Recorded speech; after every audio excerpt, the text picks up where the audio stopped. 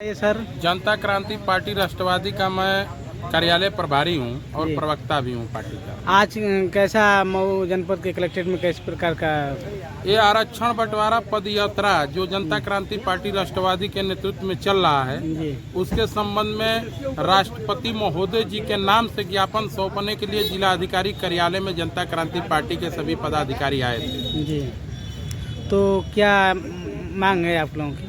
इसमें आरक्षण का बंटवारा होना चाहिए। जी। इस देश में सबसे पहले 27% आरक्षण जो मंडल कमीशन लागू हो रहा था, जी तो उसी मंडल कमीशन के एक सदस्य थे LR नायक जी।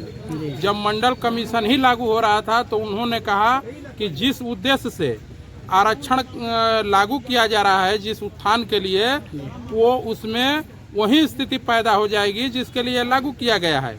इसमें आरक्षण का बंटवारा, उसमें अलग अलग पैच बनाकर आरक्षण को बंटवारा करके ही लागू किया जाए। जब से 27% आरक्षण लागू हुआ है, इस पिछड़ा वर्ग के जो दबंग जातियां हैं, आरक्षण का लाभ नीचे तक जा ही नहीं रहा है। केवल इसकी दबंग जातियां तक ही 27% आरक्षण सीमित है। उसको रोहिणी आयोग भी ने स्वीकार किया। राघवेंद्र जी की कमेटी जो योगी आदित्यनाथ की सरकार ने बनवाई, वो भी स्वीकार किया।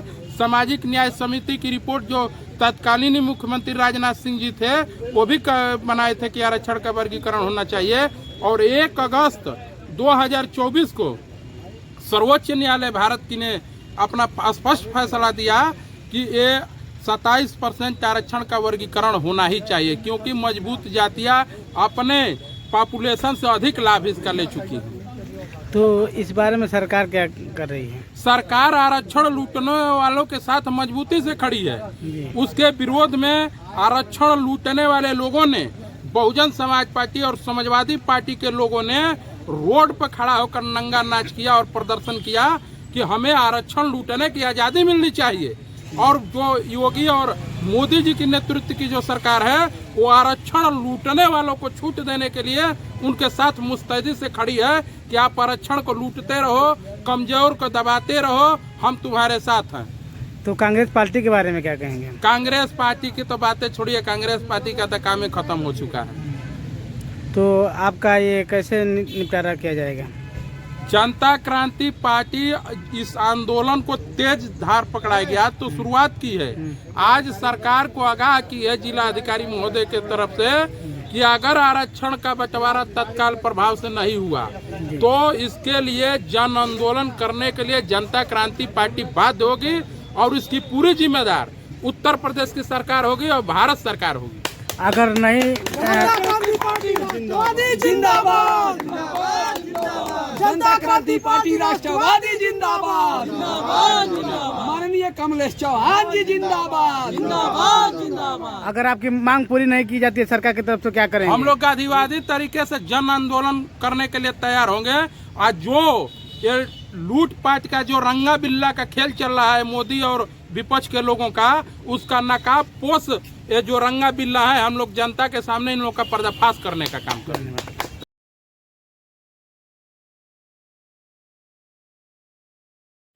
सुनील चौहान राणा, जनता क्रांति पार्टी राष्ट्रवादी प्रदेश अध्यक्ष। जी, आज राष्ट्रीय क्रांति पार्टी के द्वारा किस प्रकार का ये धरना प्रदर्शन किया जा रहा है? धरना में जनता क्रांति पार्टी राष्ट्रवादी के नेतृत्व में आरक्षण बंटवारा पदयात्रा जो शुरू हुई है, ये पूरे पूर्वांचल के हर जिले में होगी।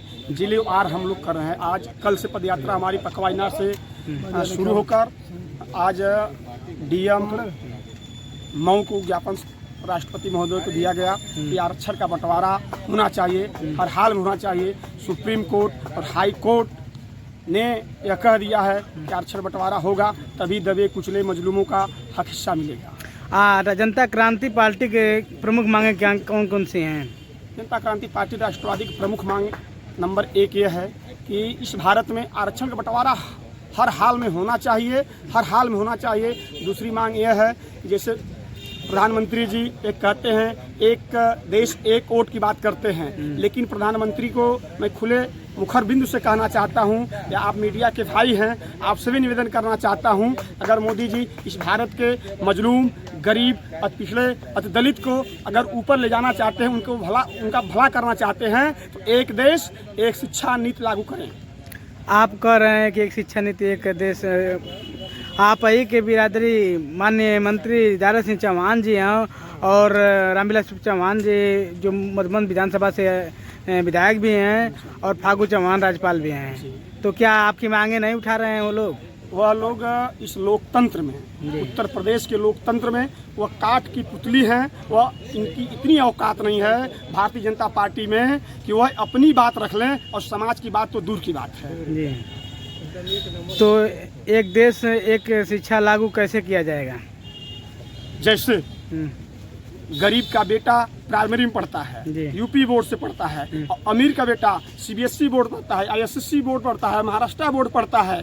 जब कंपैरिजन किया जाता है, कंपटीशन में एक साथ बच्चे बैठते हैं, तो वहाँ गरीब का मजदूर का बेटा पिछड़ जाता है और बड़े लोगों के बच्चे आगे निकल जाते हैं। इसलिए पूरे भारतवर्ष में एक किताब होनी चाहिए। कलेक्टर का बेटा और डीएम का बेटा, मुख्यमंत्री का बेटा, मंत्री का बेटा, मजदूर का बेटा, गरीब का बेटा जब एक किताब पढ़ेगा, एक प्रश्न पढ़ेगा, तब कंपटीशन क्वालिफाई होगा कि एक किसका बेटा कहाँ जाएगा। आरक्षण बंटवारा के विरोधी कौन है?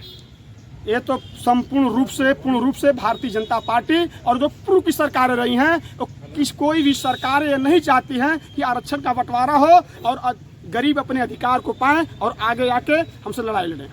धन्यवाद।